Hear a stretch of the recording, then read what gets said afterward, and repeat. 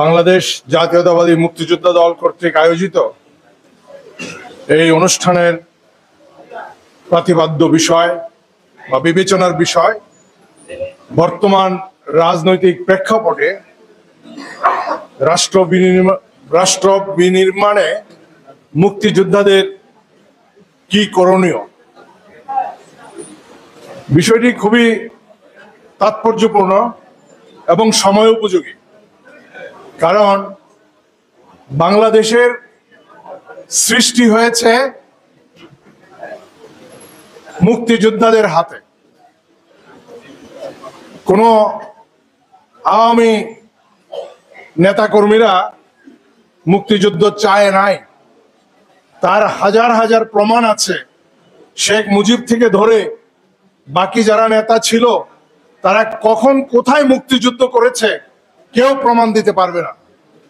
বরং তারা সেই মুক্তিযুদ্ধের সময়ে, আপনারা বহুল আলোচিত শিলিগুড়ি সম্মেলনের কথা শুনেছেন, যেখানে তাদের আপোষের আলোচনাও হয়েছিল পাকিস্তানিদের সাথে।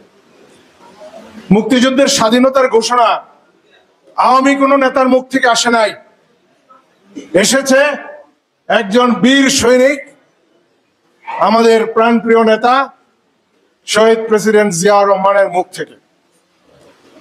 তিনি যদি সেই দিন স্বাধীনতা ঘোষণা না দিতেন তাহলে বাংলাদেশ বাস্তবে রূপান্তরিত একটি স্বাধীন দেশ হতে পারত না। কিন্তু শহীদ প্রেসিডেন্ট জিয়াউর রহমানকে অবমূল্যায়ন করা হয়েছে। ৭১-এর ১৬ই ডিসেম্বরের পরে স্বাধীনতা বা বিজয় হাইজ্যাক হয়ে গেছে। তাৎক্ষণিকভাবে এমন একটি অপশক্তির কাছে চলে গেছে, মুক্তিযোদ্ধারা শুধু অসহায়ের মতো তাকায় দেখতে হয়েছে কিভাবে আমাদেরকে নিরস্ত্র করা হয়েছে, কিভাবে আমাদেরকে ঘরে ফিরে যেতে বলা হয়েছে, কিভাবে আমাদেরকে সাধারণ একটি নাগরিকের মধ্যে একটু সম্মান দেওয়ার কোনো চিন্তা পর্যন্ত করেনি তারা। কারণ মুক্তিযুদ্ধকে যদি কোনোভাবে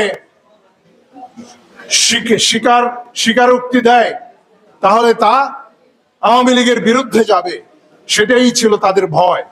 কারণ মুক্তিযুদ্ধ মানেই আওয়ামী লীগের কোনো উপস্থিতি ছিল না। আজকে আমাদের বুঝতে হবে আমরা কেন মুক্তিযুদ্ধ করেছিলাম। এই যে মুক্তিযোদ্ধাদের করণীয়, আমরা যেই উদ্দেশ্যে মুক্তিযুদ্ধ করেছিলাম, যেই লক্ষ্যে মুক্তিযুদ্ধ করেছিলাম, যেই স্বপ্ন নিয়ে মুক্তিযুদ্ধ করেছিলাম, তার কি ছোট্ট ক্ষুদ্র পরিমাণও কি বাস্তবায়ন হয়েছে? যদি বাস্তবায়ন না হয়ে থাকে তাহলে আবার হয়তো একটা সুযোগ এসেছে আমরা আমাদের অধিকার আদায় করে নেওয়ার জন্য রাজপথে থাকব। আমি মুক্তিযোদ্ধা দলের সভাপতি উলফাতকে বলবো, আমরা সবাই মিলে আমাদের অধিকার আদায় করে নেব। আজকে মুক্তিযোদ্ধা দলের সভাপতিকে আমাদের বর্তমান ইন্টারিম গভর্নমেন্টের নেতারা বা কর্তারা একটি হিয়ারিং দেয় না, মুক্তিযোদ্ধাদেরকে কোনো ভূমিকা রাখার সুযোগই দিচ্ছে না। সুতরাং আমি উপদেশ দেব, আমরা যেন আবার রাজপথে আমাদের অবস্থান, আমাদের অস্তিত্ব যেন জানান দেই যে এই দেশ সৃষ্টি হয়েছিল মুক্তিযুদ্ধের মাধ্যমে, সৃষ্টি হয়েছিল এই মুক্তিযোদ্ধাদের জীবন বাজি রেখে যুদ্ধের মাধ্যমে, সৃষ্টি হয়েছিল লক্ষ লক্ষ শহীদের এবং লক্ষ লক্ষ মা বোনের ইজ্জতের বিনিময়ে, এবং সেই ত্যাগ স্বীকার করার মাধ্যমে যেই বাংলাদেশ স্বাধীন হয়েছে, সেই বাংলাদেশকে সুযোগ মতো এই প্রতিবেশী রাষ্ট্র এবং এই আওয়ামী লীগ ধ্বংস করেছে। আমরা সেই দেশকে আবার পুনর্গঠিত করতে চাই, আবার সুন্দর করে মুক্তিযুদ্ধের চেতনা এবং আদর্শের মাধ্যমে এই দেশকে আবার পুনঃপ্রতিষ্ঠা করতে চাই। এবং তার জন্য মুক্তিযোদ্ধাদের দাবি মুক্তিযোদ্ধাদেরই ছিনিয়ে আনতে হবে। আজকে এই সরকারকে জানান দিতে হবে যে আপনারা ভুলে গেছেন মুক্তিযোদ্ধারা এই দেশ এনেছিল, এবং মুক্তিযোদ্ধারাই আজকে আবার এই দেশের ভবিষ্যৎ কি হবে তা আমরা ঠিক করব, বা আমাদের সাথে আলাপ করে ঠিক করবেন। আমি আমার বক্তব্য দীর্ঘায়িত করব না। আমি সভাপতিকে অনুরোধ জানাবো এই ধরনের আরো কিছু আলোচনা সভা করা, যেখানে নাকি আমরা আমাদের কোনো ওয়ার্কশপ সেমিনারের মাধ্যমে আমরা আমাদের যেই যেই যেই চিন্তা চেতনাগুলি আমরা সুন্দরভাবে লিপিবদ্ধ করতে পারি। আমাদের দাবি দেওয়া না, আমরা কি 20,000 টাকা ভাতা দিচ্ছে, যেটা নাকি একটা সিকিউরিটি গার্ডের ভাতা, 20,000 টাকা ভাতা দিয়া আমাদেরকে ঘুম পাড়ায় রাখছে।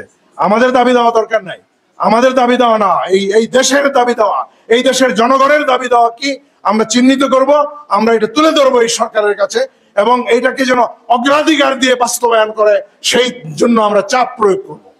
আমি আজকে আমাদের যে প্রধান অতিথি একজন কিংবদন্তি মুক্তিযোদ্ধা, আপনারা জানেন, উনি সিলেট, তিনি যখন সিলেট বিজয় করে, সিলেটের স্বাধীনতা ঘোষণা করে স্বাধীনতার পতাকা উড়ান, সেই মেজর হাফিজউদ্দিন বীর বিক্রমকে বীর শ্রেষ্ঠ উপাধি দেওয়ার জন্য শহীদ প্রেসিডেন্ট জিয়াউর রহমান সাইটেশন পাঠিয়েছিলেন, কিন্তু তাকে সেই বীর শ্রেষ্ঠ দূরে থাকুক, বীর উত্তম না, বীর বিক্রম উপাধি দেওয়া হয়েছে। সুতরাং যখন এগুলি তাদের হাতে ছিল তখন মুক্তিযোদ্ধাদেরকে এইভাবেই অবমূল্যায়ন করা হয়েছে। আমার বক্তব্য আমি দীর্ঘায়িত করব না, অনেক সুন্দর সুন্দর কথা হয়েছে আগে বক্তারা, এবং পরবর্তী বক্তারাও ভালো বলবেন।